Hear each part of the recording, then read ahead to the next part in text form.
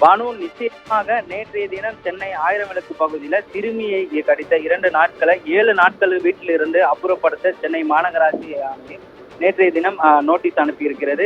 அதாவது அப்புறப்படுத்த தவறின நாய் உரிமையாளர் மீது சட்ட விதிகளின்படி மேல் நடவடிக்கை தொடரப்படும் என சென்னை மாநகராட்சி எச்சரிக்கை விடுத்திருந்த நிலையை நேற்றைய தினம் சென்னையிலிருந்து அந்த 2 ராட்வீலர் உயர் ரக நாய்களை சென்னையிலிருந்து மதுரைக்கு அவரது உறவினர் வீட்டிற்கு அழைத்து செல்லப்பட்டதாக கூறப்படுகிறது. இந்த நிலையில் தற்போது நேற்றைய தினம் 5 வயது மகளை 2 வளர்ப்பு நாய்கள் கடித்து குதிரின நிலையில் நேற்றைய மாலை பூங்கா அருகே வசிக்கும் புகழேந்தி என்பவர் தன்னுடைய 2 நாய்களுடன் பூங்கா சென்றுள்ளார். அந்த வளர்ப்பு நாய்கள் பூங்காவுக்குள்ளே விளையாடிக் கொண்டிருந்த காவலாளி மகள் சுதா 2 நாய்களை கடித்து குதறியது. இந்த நிலையில தற்போது சென்னை மாநகராட்சி சார்பில் நுங்கம்பாக்கம் பூங்காவில் வளர்ப்பு நாய் சிறுமியை கடித்த நிகழ்வை தொடர்ந்து பெருநகர் சென்னை மாநகராட்சி உட்பட்ட அந்த பூங்கா மேற்கொண்டு பல்வேறு நடவடிக்கைகள் எடுக்கப்பட்டு வந்தன. இந்த நிலையில் தற்போது சென்னை மாநகராட்சி பூங்காவில் பாதுகாப்புகள் கடுமையாக்கப்படும் எனவும் ஒவ்வொரு செல்லப்பிராணி உரிமையாளர்களும் ஒரு பூங்காவிற்குள் ஒரு நாய்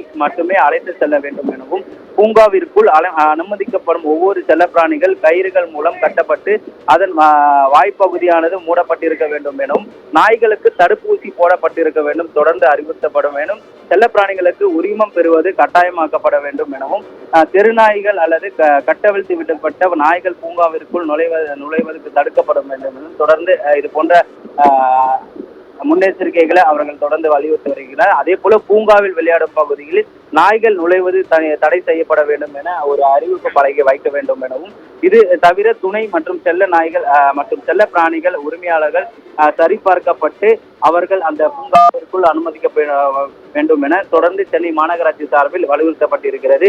அதே போல பழக்கமான மனிதர்கள் மற்றும் பழக்கப்பட்ட சுற்று வட்டாரத்திலும் விலங்குகளின் நடத்தை வேறுபட்டிருக்கும். மேலும் வெயில் புதிய சூழலில் வரும் பொழுது குழந்தைகள் மற்றும் வயதானவர்களை காணும் பொழுது விலங்குகள் பயம் மற்றும் பதட்ட உணர்வு ஏற்படும் என்பதால் இதனால் விலங்குகளின் நடத்தை முற்றிலும் வேறுபட்டிருக்கும் என்பதை புரிந்து கொள்ள வேண்டும் என சென்னை மாநகராட்சி சார்பில் அறிவுறுத்தப்பட்டிருக்கிறது.